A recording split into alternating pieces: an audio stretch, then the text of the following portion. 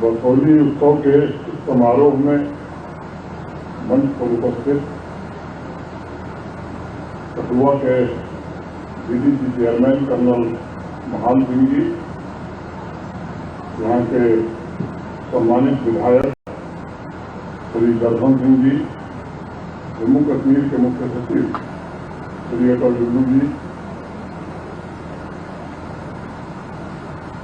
प्रमुख सचिव संस्कृति विभाग श्री मोहन शर्मा जी, जम्मू के मंडलायुक्त श्री रमेश कुमार जी, पुलिस महानिरीक्षक जम्मू श्री भीमसेन कुटी जी, निदेशक भ्रष्टाचार निवारण जम्मू कश्मीर श्री शक्ति पाठक जी, यहाँ के जिलाधिकारी श्री राजेश शर्मा जी, डॉक्टर कुर्ती अवस्थी जी, राजेश झा जी, हमारी अकेडमी के निदेशक रवेजा साहिब, समारोह में आमंत्रित सभी अतिथिगण, यहाँ के स्थानीय नागरिक, देवियों, सज्जनों और मित्रों, इस उत्सव में शामिल होना ये मेरे लिए गर्व और प्रसन्नता का विषय है। अभी मेरे पूर्व प्रमुख सचिव संस्कृति ने से मैंने अनुरोध किया था, जम्मू कश्मीर प्रशासन का जो एनुअल कैलेंडर, उसमें बरसोली उत्सव को प्रमाणित रूप से शामिल कर लिया जाए और इसकी सहर्ष स्वीकृति उन्होंने दी। इसके लिए मैं उनका आभार व्यक्त करता हूँ, क्योंकि देश भर में इस तरह के जो उत्सव मनाए जाते हैं उनकी तारीखें देश ही नहीं बल्कि दुनिया के लोगों को मालूम रहती है। इससे कला संस्कृति के प्रेमी देश भर से यहाँ आ सकेंगे। अनेक प्राकृतिक आपदाओं के पश्चात इस कार्यक्रम का आयोजन इस बात को दर्शाता है कि जम्मू कश्मीर तमाम चुनौतियों को पार करते हुए निरंतर आगे बढ़ते रहने का हौसला रखता है, बद्ध है और जीवन के हर क्षेत्र को ऐसे आगे बढ़ाया जाए, इसके लिए पूरी तरह समर्पित। अभी कल ही भारत के आदरणीय प्रधानमंत्री श्रीमान नरेंद्र मोदी जी ने जम्मू कश्मीर के ग्रामीण इलाकों में प्राकृतिक आपदा की वजह से क्षतिग्रस्त हुए मकानों को फिर से निर्मित करने की मंजूरी दी और जिस मंजूरी में 5061 नए घर जम्मू कश्मीर के ग्रामीण क्षेत्रों में बनाए जाए।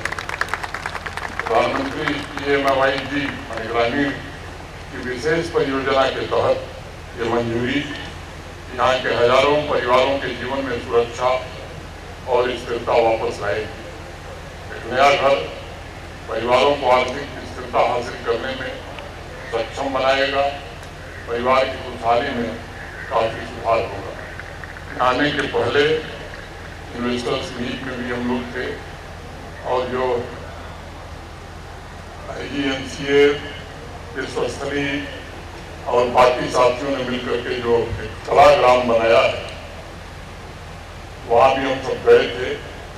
हर स्थान पर जाकर के उसकी विशिष्टता को देखने और समझने का अवसर मिला। इन लोगों ने शिद्दत से उस काम को किया है, मैं उनका हृदय से अभिनंदन करना चाहता हूँ। बरसोली उत्सव को मैं कला, संस्कृति और परंपरा का एक महाकुंभ मानता हूँ।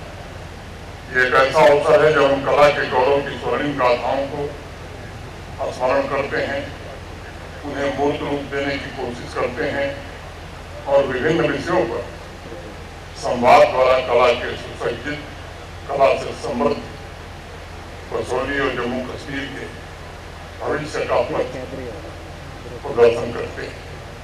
बरसोली को प्राचीन कला में विश्वस्तरी के नाम से पुकारा जाता है। कला के जो मूर्धन्य जानकार हैं, उनका कहना है कि कला तब मिलती है जब इंसान स्वयं को खो देता है। यानी कला को खोजने की कला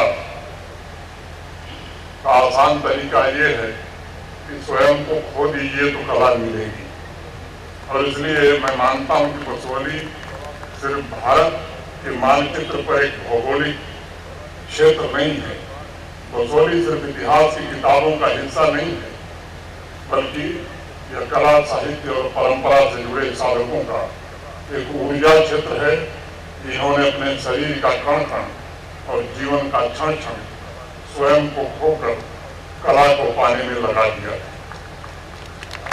मैं समझता हूँ कि बसोहली कला की पूर्णिमा की उज्ज्वलता, बसोहली कला में पूर्णिमा की उज्ज्वलता है। बसोहली कला और संस्कृति की संपूर्ण उमंग है। बसोहली परंपराओं में प्रति संवेदनशीलता है। बसोहली संस्कृति की सरिता भी है। बसोहली परंपरा की वीणा भी है। बसोहली चित्रकला के गगन मंडल पर भारत के गौरवपूर्ण कीर्ति की दिव्य विवाह है। बसोहली एक काव्य है। बसोहली सस्य श्यामल भूमि पर तैर रही एक रश्मि है। बसोहली का धर्म, बसोहली धर्म का प्रकाश है। बसोहली कला की संभावनाओं का साकार और मूर्त रूप है। बसोहली हमारी समृद्ध संस्कृति का भविष्य भी है और इसकी नियति है। और इसलिए मैं मानता हूँ कि बसोहली उत्सव कला जगत की समस्त शक्तियों का एकत्रीकरण करके समाज के सभी वर्गों को याद दिलाता है तो भारतवर्ष की महान विरासत के उत्तराधिकारी हैं और उन्हें सांस्कृतिक पुनर्जागरण के साथ साथ विकसित भारत की यात्रा में भी अपने पुरुषार्थ से योगदान देना। कई बार लोग कहते हैं कि सारे इतिहास की बातें बहुत हुई, अब भविष्य की बातें करनी थी। मैं उन्हें कहना चाहता हूं कि वही पेड़ आकाश में ऊपर चढ़ता है जिसकी जड़ें नीचे गहराई तक होती है। यह प्रकृति का नियम है कि आकाश में ऊपर उठने के लिए जड़ों को जमीन में गहरे जाना होगा। हमें स्वर्णिम भविष्य निर्मित करने के लिए अपनी जड़ों की गहराई को पहचानना और जानना होगा। और तब मैं कहना चाहूंगा कि अतीत में जीना नहीं है, अतीत से हमें जुड़ना है, उससे प्रेरणा लेनी है। दूसरी बात मैं कहना चाहूंगा, इतिहास की बात भी वही समाज कर सकता है जिसका इतिहास बहुत समृद्ध रहा। यूरोप की सभ्यता का जन्म 14वीं शताब्दी में हुआ था। अमेरिका का इतिहास और उसकी सभ्यता 1660 से प्रारंभ होती है और वह भी तब जब वहां पहली अंग्रेजी बस्ती का निर्माण शुरू हुआ। भारत के बाहर सबसे प्राचीन जो सभ्यता जानी जाती है वो ग्रीक की सभ्यता को हम जानते हैं और इतिहास इस बात का साक्षी है कि वह सभ्यता भी 3000 वर्ष पुरानी है। लेकिन ग्रीक सभ्यता के 3000 वर्ष पहले भारत की समृद्ध सभ्यता, भारत की समृद्ध संस्कृति अपने सर्वोच्च शिखर को छू रही थी। देशों में जब लोग स्टोन एज में जी रहे थे तब हमारे पूर्वज वेद उपनिषद लिख कर रहे थे। संगीत, नाट्य शास्त्र, चित्रकला, साहित्य के विविध क्षेत्र तथा अनेक वैज्ञानिक खोज एक नए भारतवर्ष की रचना हमारे पूर्वजों ने की। आप कल्पना कीजिए, अगर आर्यभट्ट, वराहमिहिर, ब्रह्मगुप्त, महर्षि खराब न होते तो क्या होता दुनिया का। मैं मानता हूँ कि उस स्थिति में विश्व के अन्य देशों तथा यूरोप में सभ्यता का जन्म और पुनर्जागरण शायद संभव होता और अगर होता भी तो शायद उसे कई और शताब्दियां लगी होंगी। लेकिन हम अपनी जड़ों को भूलने लगे। हमारी युवा पीढ़ी के कितने लोग हैं जिन्हें वराहमिहिर, सुश्रुत, आर्यभट्ट, महर्षि कणाद या ब्रह्मगुप्त याद है। नई पीढ़ी उन्हें भूल गई है और इसलिए उसकी जड़ों में गहराई नहीं है। मैं तो कई बार मैंने ध्यान दिया है, नोटिस किया है कि नई पीढ़ी अनेक अवसरों पर इन नामों से बचना चाहे क्योंकि कॉलोनियल माइंडसेट की वजह से जो हमारा एजुकेशन सिस्टम था वो कहीं न कहीं हमारे अंदर एक हीन भावना उसने भर दी। जो भी इन नामों को लेगा वो पिछड़ा माना जाएगा, वो इंफीरियर कहा जाएगा। कॉलोनियल माइंडसेट के अलावा भी मैं मानता हूँ कि लगभग हजारों वर्ष के आक्रमण और घातपात ने कहीं न कहीं समाज की चेतना पर, पूरे समाज पर एक गहरा प्रभाव डाला। 1000 वर्षों की गुलामी के पश्चात जब हमें आज़ादी मिली तो लगा था कि भारत अपने उस प्राचीन गौरव को पुनः प्राप्त कर लेगा और एक नई सांस्कृतिक क्रांति का जन्म होगा। लोग सोचते थे कि साहब विदेश जाने वाले या विदेश में रहने वाले भारतीयों में अपनी सभ्यता को लेकर आत्मविश्वास कब पैदा होगा। 67 साल गुजर गए, समाज की मनोदशा 10 की 10 बनी हुई थी। 2014 के पहले आप न्यूयॉर्क जाइए, लंदन जाइए, पेरिस जाइए, सिडनी जाइए, इन स्कूलों में तो योग पढ़ाया जाता था, लेकिन भारत में योग की शिक्षा नहीं दी जाती। ये सिखाना बड़ा मुश्किल काम होता है और जम्मू कश्मीर में तो और विशेष रूप से दुष्कर्म हुआ करता। 2014 के पहले दुनिया के बड़े बड़े शहरों में योग के केंद्र खोलने आसान थे, लेकिन भारत में बहुत कठिन था। आप सोचिए, इससे बड़ी विडंबना और क्या हो सकती है। महर्षि पतंजलि का जन्म ईसा से 200 वर्ष पहले हुआ और उन्होंने मनुष्य के होलिस्टिक वेलबींग के लिए मानवता का सबसे बड़ा उपहार दिया। लेकिन जिस धरती पर योग का जन्म हुआ, उसी धरती पर योग की शिक्षा संभव दिखने लगी। भारत के सम्माननीय प्रधानमंत्री श्रीमान नरेंद्र मोदी जी ने भारत और भारतवासियों की मन स्थिति को समझा और तीव्र आर्थिक विकास के साथ साथ उन्होंने सांस्कृतिक पुनर्जागरण, राष्ट्रीय शिक्षा नीति के द्वारा भारत के खोए हुए आत्मविश्वास को फिर से लौटाने का भगीरथ प्रयत्न प्रारंभ किया। विदेशों में रह रहे भारतीयों में राष्ट्र के प्राचीन गौरव के प्रति सचमुच एक नया विश्वास आज जागृत हुआ। पूरे विश्व में सिर्फ भारत की इकॉनमी नहीं, बल्कि भारत की संस्कृति, कला, परंपरा की चर्चा होने लगी। हर एक भारतवासी को आज सम्मान के साथ पूरी दुनिया में देखा जा रहा है और उसे अब आदर भी मिला। आतंकवाद के जन्मदाता हमारे पड़ोसी मुल्क के लोग भी विदेश में अपनी पहचान जब बताते हैं तो यही कहते हैं कि इंडियन रेस्टोरेंट। ये स्थिति है। अगर उनका कोई नागरिक विदेश में कोई रोजगार करता है, दुकान चलाता है, इंटरप्राइज चलाता है, तो नाम ऐसा रखता है कि लगे कि नाम हिंदुस्तानी है, भारत से जुड़ा हुआ। रशिया और यूक्रेन कॉन्फ्लिक्ट के दौरान जब अन्य देशों के लोग वहां से निकल रहे थे, तब अपनी बसों पर भारत का तिरंगा उन्होंने इसलिए लगाया था कि बिना किसी परेशानी और व्यवधान के बाहर निकल सके। आज भारत का वो सम्मान पूरी दुनिया में। विदेशी मूल के निवासी संस्कृत, हिंदी, भारतीय संगीत सीख रहे थे। विश्व की चौथी सबसे बड़ी आर्थिक ताकत के साथ साथ भारत की सॉफ्ट पावर भी आज नई ऊंचाइयां छू रही हैं।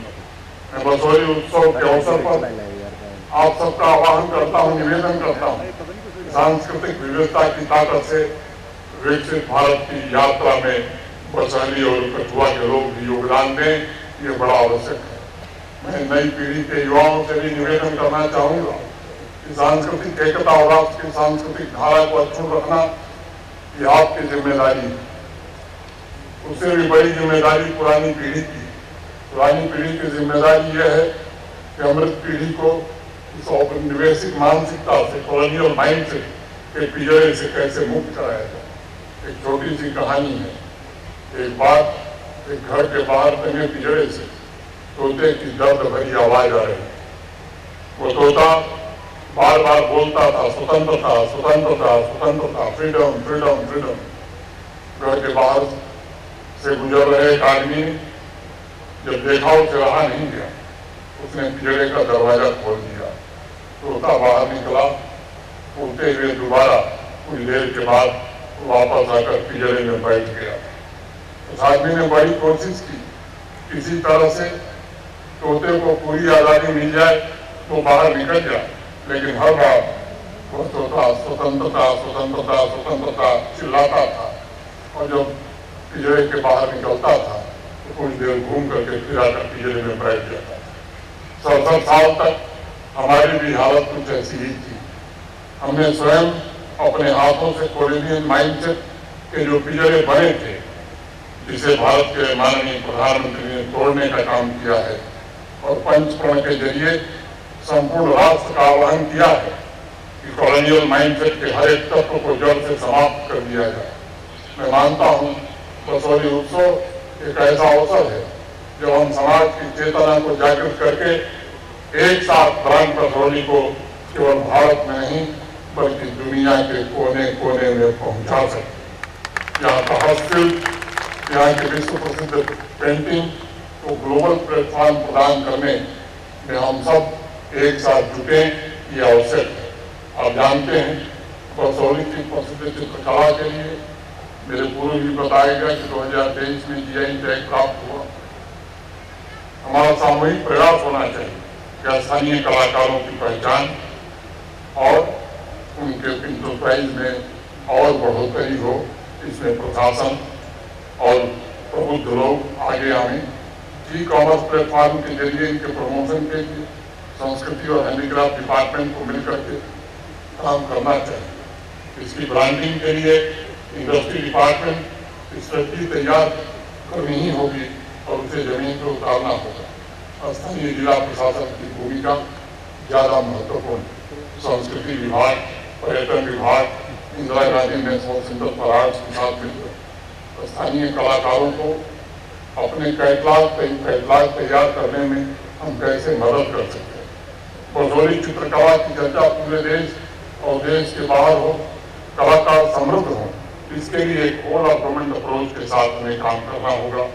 और मैं कहना चाहता हूँ कि हम सबकी सर्वोच्च प्राथमिकता होनी चाहिए। इस अभियान से क्या हम ललित कला अकादमी को भी जोड़ सकते हैं ताकि बसौली चित्रकला की प्रदर्शनी देश के अन्य शहरों में भी लगाई जा सके एवं ललित कला के द्वारा आयोजित की जाने वाली राष्ट्रीय प्रदर्शनी में उसे शामिल किया जा सके।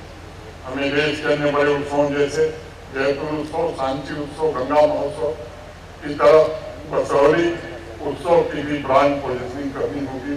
और मैं आभार व्यक्त करता हूँ शर्मा जी का जिसकी स्वीकृति उन्होंने मौखिक रूप से दी है। मैं उम्मीद करता हूँ कि आने वाले 2 महीनों में सरकारी रूप से इसकी स्वीकृति और उसके आदेश जारी कर दिए जाएंगे। तभी इसकी चर्चा देश और देश के बाहर हो सकती। टूरिज्म डिपार्टमेंट को होटल रिसॉर्ट कैसे यहाँ स्टेब्लिश हो, ज़्यादा से ज़्यादा बसौली की चित्रकला देश के बाकी स्थानों पर कैसे बिक सके, उसकी प्रदर्शनी हम कैसे ज़्यादा से ज़्यादा लगा सकें। इन सब आयोजनों में जिला प्रशासन की महत्वपूर्ण भूमिका होगी। सबके साथ तालमेल बैठा कर आप सब जानते हैं बसौली की चित्रकला में भानुदत्त रचित रसमंजरी का भी बहुत बड़ा योगदान रहा। CMS रंधावा और CSD भांबरी 80 के दशक में बसौली पेंटिंग पर अपनी पुस्तक में इस पर विस्तार से चर्चा की। उस पुस्तक को पढ़ते हुए मेरा ध्यान उनके एक स्टेटमेंट पर गया। 80 के दशक तक रसमंजरी का अंग्रेजी में अनुवाद नहीं हुआ और मिनिएचर पेंटिंग पर शोध कार्य करने वाले अनेक देशी विदेशी स्कॉलर्स इससे वंचित रह जाते। MS रंधावा और CSD भांबरी की उस पुस्तक में कई वर्ष बाद शेल्डन पलक ने रसमंजरी का अंग्रेजी में अनुवाद किया, ट्रांसलेशन किया और बहुत ढूंढ करके न्यूयॉर्क यूनिवर्सिटी के प्रेस से वो किताब किसी ने मुझे निकाल कर देने का काम किया। मैं चाहूँगा कि संस्कृति विभाग और Indira Gandhi national centre of arts मिलकर चुनिंदा बसौली पेंटिंग और रसमंजरी के संस्कृत और इंग्लिश ट्रांसलेशन के साथ क्या हम मोनोग्राफ प्रकाशित कर सकते हैं, जिसे कैटलॉग के रूप में मार्केटिंग के लिए भी उपयोग में लाया जा सके। सहज और सरल भाषा में जैसे हम इंस्टाग्राम, फेसबुक जैसे लोकप्रिय सोशल मीडिया के प्लेटफॉर्म पर उपलब्ध करा सकते हैं। यहाँ उपस्थित सभी हस्तियों से, विशेष रूप से साहित्यिक हस्तियों से मेरा निवेदन होगा बसौली के प्रसिद्ध कवि देवी गीता के संबंध में क्या कोई नया शोध किया जा सकता है। वो बसौली की शान है। अगर आप उनके परिवार को देखें तो कई पीढ़ियों में शिवराम, त्रिलोचन, रुद्रदत्त ने साहित्य की जो सेवा की है वो अकल्पनीय है। लेकिन उनके संबंध में समाज के पास बहुत जानकारी नहीं है। स्कूलों में भी क्या देवी गीता और उनकी पीढ़ियों द्वारा की गई साहित्य की सेवा की जानकारी हम अमृत काल में अमृत पीढ़ी को दे सकते हैं। मैं इसका आह्वान करता हूँ। इस वर्ष हैंडीक्राफ्ट तथा अन्य सांस्कृतिक कार्यक्रमों के अलावा बसौली उत्सव में रामायण पर चर्चा और कार्यशाला का भी आयोजन होने वाला है, ऐसा मुझे बताया गया। मेरा आग्रह होगा कि संगोष्ठी और कार्यशाला से ज़्यादा स्थानीय युवा जुड़े। युवाओं को ये जानने की जरूरत है कि सिर्फ देश नहीं बल्कि विदेशों में भी रामायण का अपना विशेष महत्व है। हर एक पीढ़ी के लोग उससे जुड़े हुए हैं। इंडोनेशिया की राम कथा को रामायण काकावीन कहा जाता है। मलेशिया में मलय भाषा में रामायण का एक रूपांतरण है जिसे हिकायत श्री राम कहा जाता है। इसका शाब्दिक अर्थ है श्री राम की कहानी। कंबोडिया में रामायण को रीमकर कहा जाता है। थाईलैंड की राम कथा को राम कीएम कहा जाता है। तिब्बत और पश्चिम एशिया में वाल्मीकि रामायण पर आधारित रामायण आज भी प्रचलित है। लाओस में राम कथा प्राराम, जिसका शाब्दिक अर्थ है प्रिय लक्ष्मण प्रिय राम।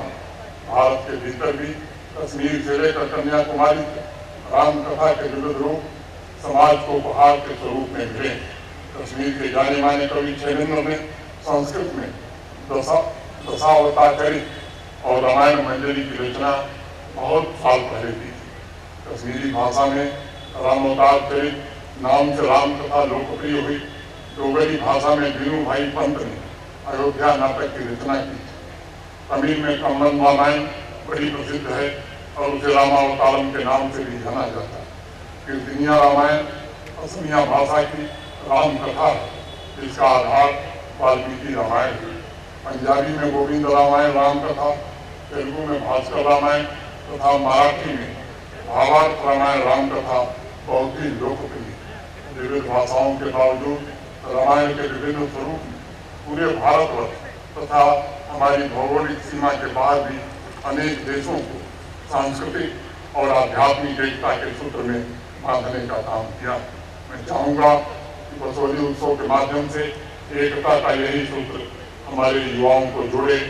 वह एक मन एक प्राण होकर विकसित भारत के संकल्प को साकार करने के लिए जुटे। मैं आयोजन से जुड़े सभी बंधुओं के हृदय से आभार व्यक्त करना चाहता हूँ। मैं आप सबको धन्यवाद देते हुए अपनी बात यहीं पूरी करता हूँ। धन्यवाद। जय हिंद, जय बसोहली।